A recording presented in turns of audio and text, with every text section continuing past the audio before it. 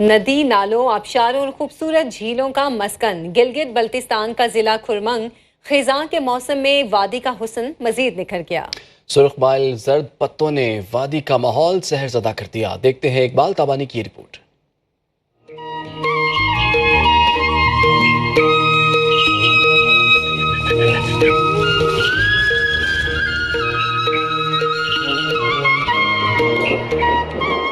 गिलगित बल्तिस्तान में हर हुस्न से मालामाल जिला खरमंग में खजां के मौसम में भी दिलफरेब नज़ारे हैरत ज़दा कर देते हैं।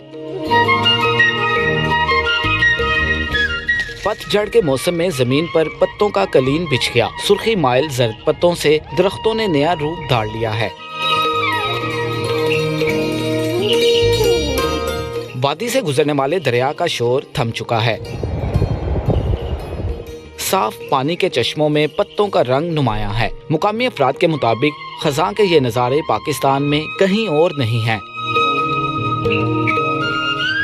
यहाँ के जो पत्ते हैं गिर रहे हैं तो ऐसा मालूम होता है जैसे कि आसमान से सोने के पत्ते आ रहे हैं।